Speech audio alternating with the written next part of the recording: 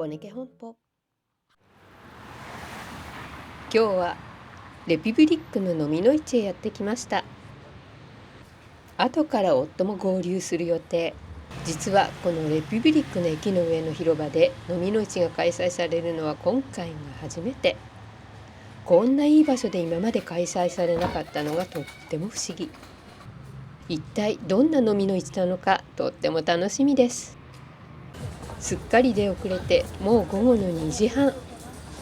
最初のお店からなんだかこの飲みの市は期待できそうな予感がしますよ。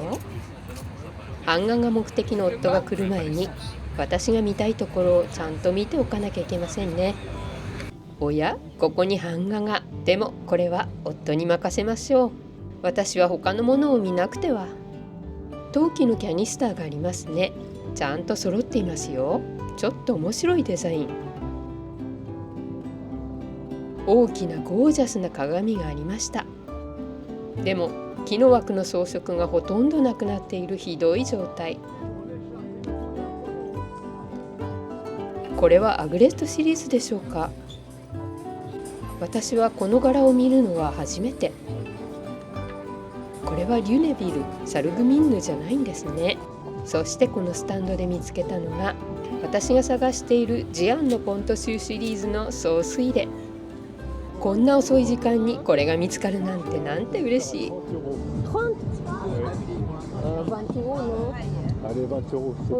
20ユーロでジアンをゲットできました。ここにも面白いものがありそうですね。ガラスと金属の美しい容器が2つ。これは何を入れるためのものなんでしょうね。曲線がとっても美しい。シルバーのカトラリーのセット。でもこれはちょっとシンプルすぎるかな。道ではなく広場の飲みの市はなぜか楽しい。どうしてでしょうね。広場の中央の方へ向かって進んでいきます。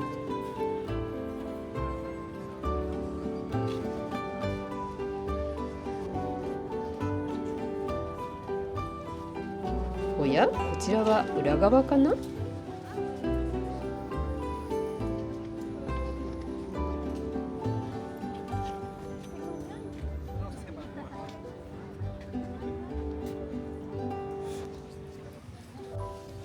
これは内側がラビットの毛皮になっているロングコート。汚れもないし色もいい。買うかどうか迷いましたが、でもデザインが半端に古くてちょっとおばさん臭い感じがしたのでこれは断念。こちらがさっきの棚の表側。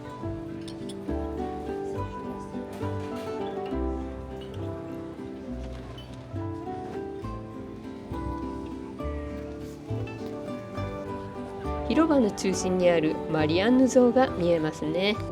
ここにも良さそうな古着がたくさん。広場の中央からまた別な通りをまた戻って見てみます。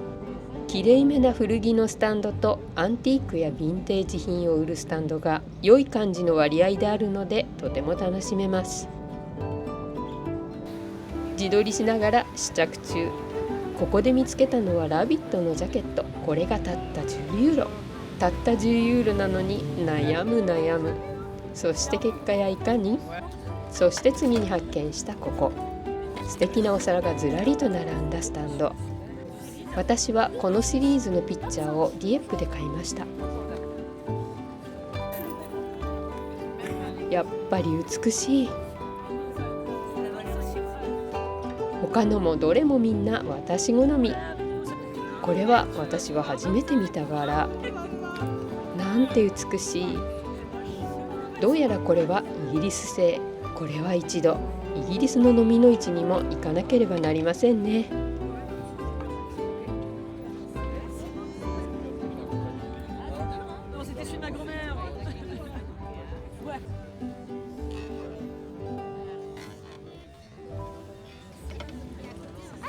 かわいいバルボティンヌのお皿発見。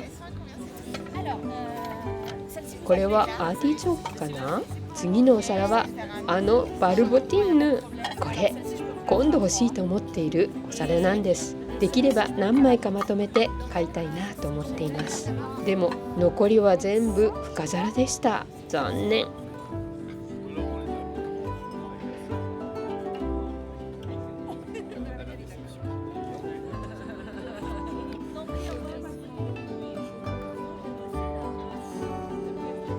これは小さな扉付きの棚、いい感じ。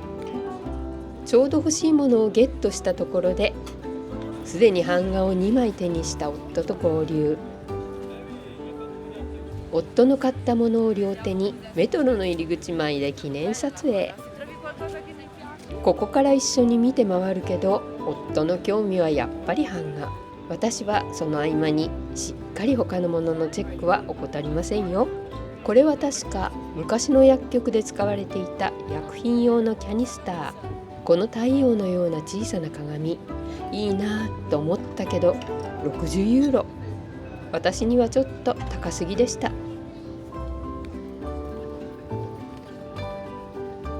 夫はここでどういう順番でスタンドを見て歩いていくか思案中。道と違って一直線じゃありませんからね。いつも版画ばかりで飽きないのかなと思ったけど、私もお皿ばかり見ているので人のことは言えませんね。そんな夫も時には版画ばかりでなく絵も探します。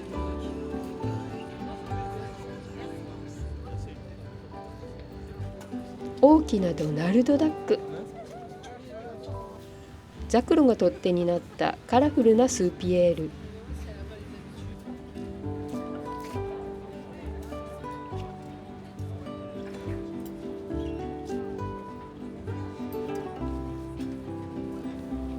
ここも何か良さそうなものがありそうです。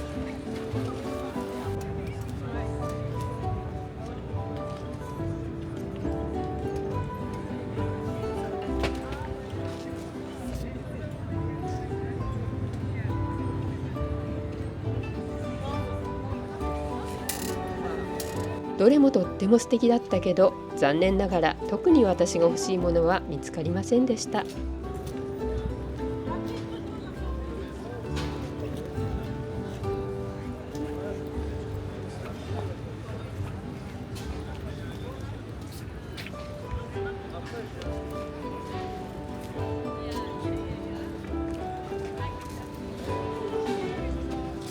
夫はここでいろいろな版画を手に取って買うべきかどうか悩んでしまって、しばらく動かず、お店の人に声をかけられても動かず。次はこの絵。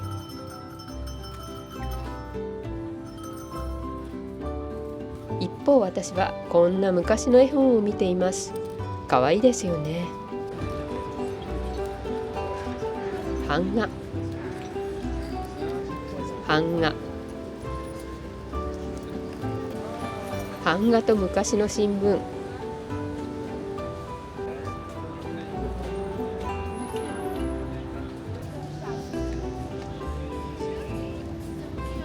そうしてまた版画。ここで一通り終了。この広場にあるカフェに行くことにしました。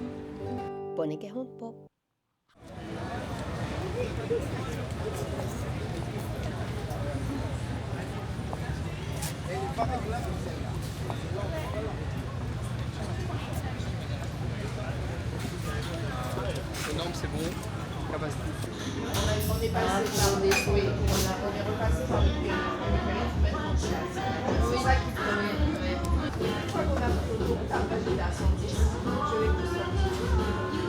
ガラス張りになっているので明るくて、広場を見ながらお茶ができます。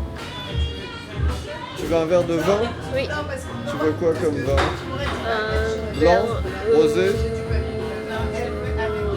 Blanc。夫が買った昔の新聞。これ実はお尻。風刺画ですね。この王様はお腹がたる。気に食られているこの王様は誰なのかな。夫はノートに挟んで持って帰れるようにと版画の余白を折っています。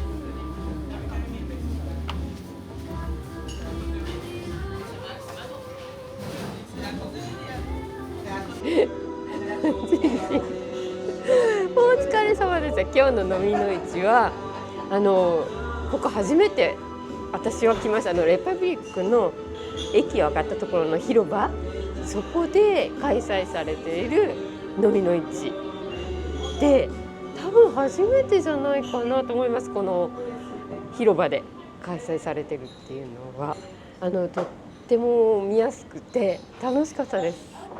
今日は実は予定してなかったんですけど、今朝急遽行きたいと思って出てきましたけど正解でした。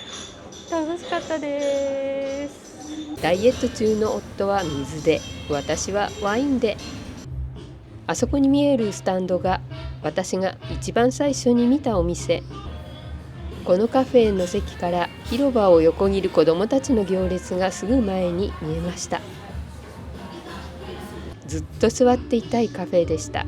メトロの駅の上だし、お仕事帰りの一杯にも待ち合わせにもいいかもしれませんね。外は暗くなってきました。家に帰るために私たちは駅へと向かい始めましたが、ところが実はこの後も長かった。ほとんどのスタンドは帰りの準備。さすがマレが近いレピブリック、おしゃれな人が本当に多かったです。夫もようやくここで案外以外にも目がいったようですが、時すでに遅し。それにそれは女性用よ。そして私たちはようやく駅の入り口へと向かったんですが、綺麗な夕暮れの空をバックにマリアンヌの背中が凛々しいですよね。ボネケ本舗。ここがメトロの入り口。この入り口のところに大量の本が置いてありました。今日の飲みの市で売れ残ったものを誰かが置いていったんでしょうね。この本を見出した夫がまたもや動かず、しびれを切らせた私は近くにある美味しいパン屋ユートピーへパンを買いに行って帰ってきても、まだ夫は一人本に埋もれていました。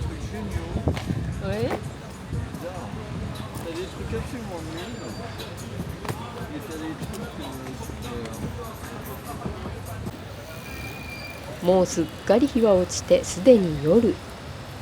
それでもまだまだ夫は動かず、さまざまな人が立ち止まっては通り過ぎ。でもやっぱり最後は夫一人で本に夢中。飲みの市にいた時間と同じくらいをここで費やしていますが、夫はまだ動かず。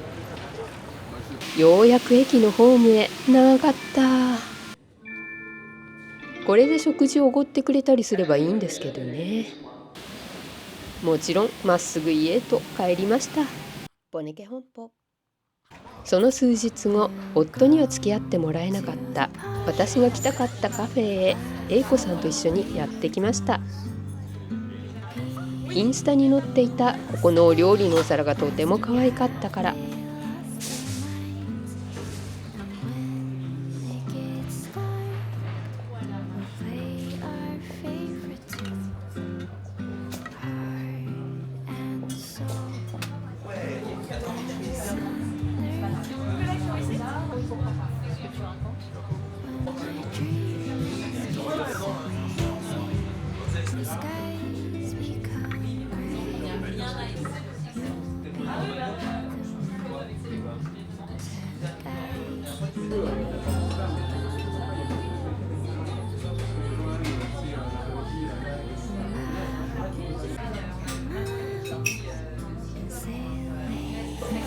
ベトラブ、ハルミ、ほらハルミ覚えてる？チーズ、そうそう。ハマっちゃったよ私。面白いでしょあれ。ブレックファーストワッフル、ゴーフルベーコン、ゴーフルブレパンネ。じゃあデザート。これゴーフルフルイドセゾンシャンティ。あ、美味しそうこれ。ね、美味しそうでしょ。はい、これがフィルターコンフィ。かわいいかも。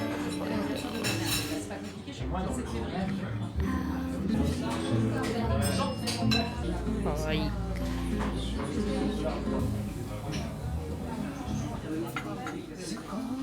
ほらかわいいでしょこのお皿。うわかわいい、めちゃくちゃかわいいです。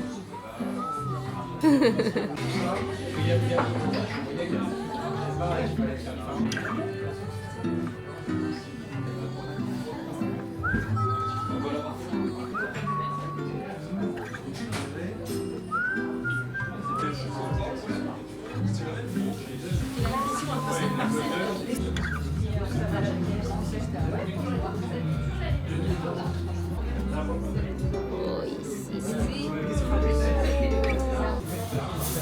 いただきます。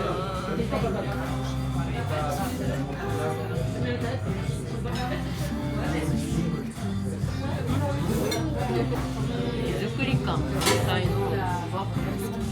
なんかしっかりした感じのお腹にしっかり温まりそうです。かなりのボリュームで大満足でした。ポネケ本舗。こんにちは、ポネです。今回はレパブリックの駅の上の広場で開催されたビットグリニエ行ってきた時の様子でした。あの場所での開催のビットグリニエは私の記憶にある限り多分初めてだったと思います。あの日は行く予定がなかったんですが、これは面白い場所でやると思って急遽行ってきました。予定外に行ったのでうっかり家でかけているメガネをして行ってしまいました。大変お見苦しくて申し訳ありませんでした。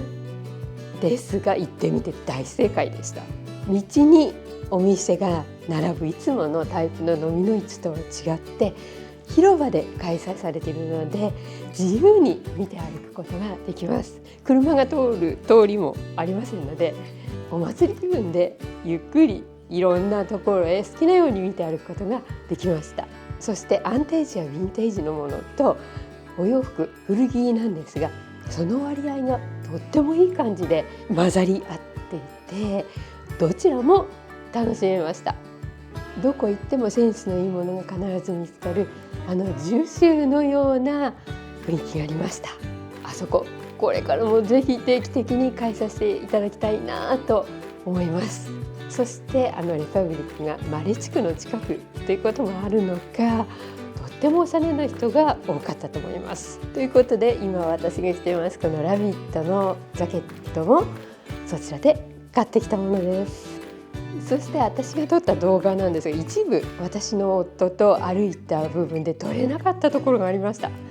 というのもとっても人が多くて本当にこういうぎゅうぎゅうという感じで歩かなくてはいけなくてカメラを構える隙もありませんでした。